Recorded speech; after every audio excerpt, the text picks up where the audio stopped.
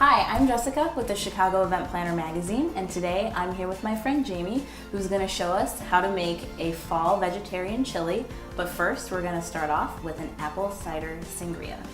So let me show you how to make the apple cider sangria. We're going to start with a whole bottle of Pinot Grigio, just in a big pitcher.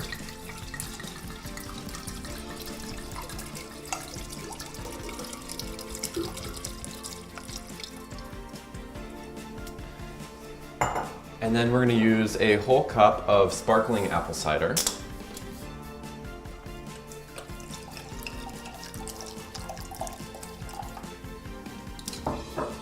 And then another cup of regular apple cider. And if you can't find sparkling, you can just use 2 cups of regular apple cider. The nice thing about the sparkling is that it cuts down on some sweetness. And then you're going to do a whole nother cup of ginger liqueur. It's really strong in ginger.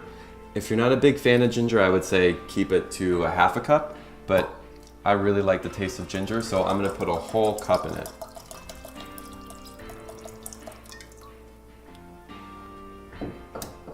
And then finally, you can just finish it off with some tonic water. Gives it some nice effervescence, little bubbles.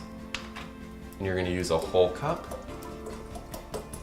So total, you should have about 4 cups of liquid that you can add to the Pinot Grigio.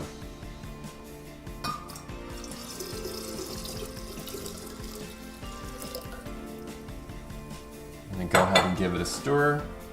And since it is sangria, you can decorate it a little bit if you want to throw some cinnamon sticks in it, some chopped up apples, even some pears go nicely with it. And just serve it over a nice glass of ice. And there you have apple cider sangria.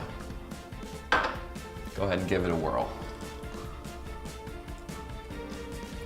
That's pretty amazing. It's good. Now that we've been enjoying this amazing cider sangria, we are going to learn how to make fall vegetarian chili. So Jamie, go ahead and show us. All right, so we're gonna start with a big pot. Go ahead and turn it up to medium-high heat. We're gonna start with 2 tablespoons of olive oil. Set it to the bottom of the pan.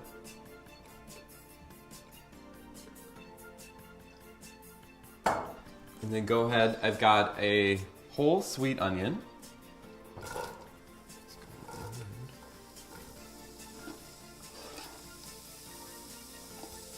And I've got 6 bell peppers. I've got a mixture of yellow, orange, and red. And then 6 cloves of garlic.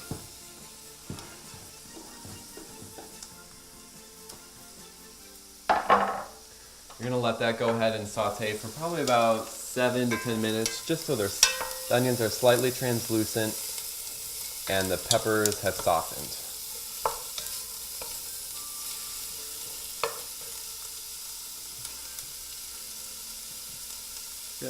I'm gonna go ahead and add some taco seasoning mix. You can get these anywhere, just pack it. It's easier than adding a tablespoon of this, tablespoon of that. It's already got the paprika, the chili powder, everything you need for chili. It makes it really easy. Just go ahead and pour half a packet in, which turns out to be about 2 tablespoons.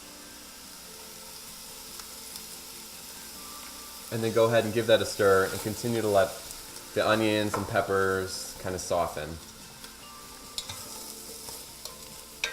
So after it's been on about 10 minutes, just till everything's kind of soft and translucent, you don't want it completely soft, you still want a little crunch. We're gonna add 3 cups of stewed tomatoes. You can buy them diced, stewed, crushed, whatever you want. It really depends on you and how you want your texture. Just go ahead and add it to the pot. And then we're gonna add the best ingredient, a half a bottle of Malbec. So the nice thing about Malbec, it's spicy, feels kind of earthy. It really just gives it a whole other layer of flavor. Let's go ahead and pour that in.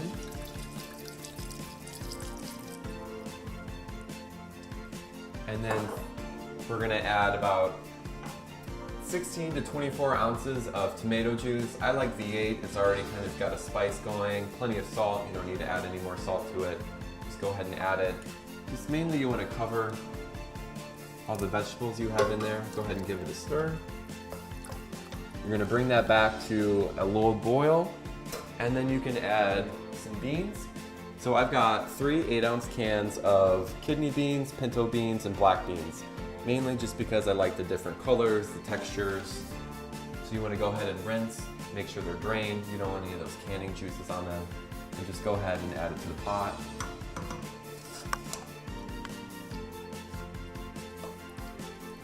And then you want to look to make sure you have all your ingredients covered. So this is about what you want to see. Otherwise, add a little bit more V8 or melt back if you choose. So once it comes to a boil, go ahead and put the lid on, and we're going to take it down to a simmer for about an hour. You could do it at 45, but an hour would be perfect. So after it's been simmering for about an hour, you can go ahead and turn it off. Nice stir. Go ahead and plate it.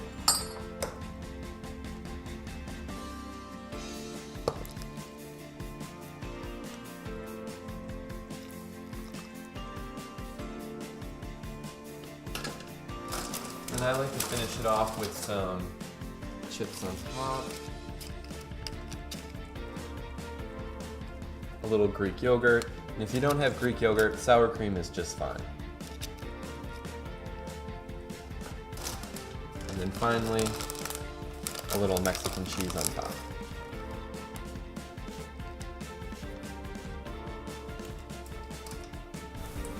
Thank you for joining Jamie and I with the Chicago Event Planner magazine to make this delicious meal. Cheers!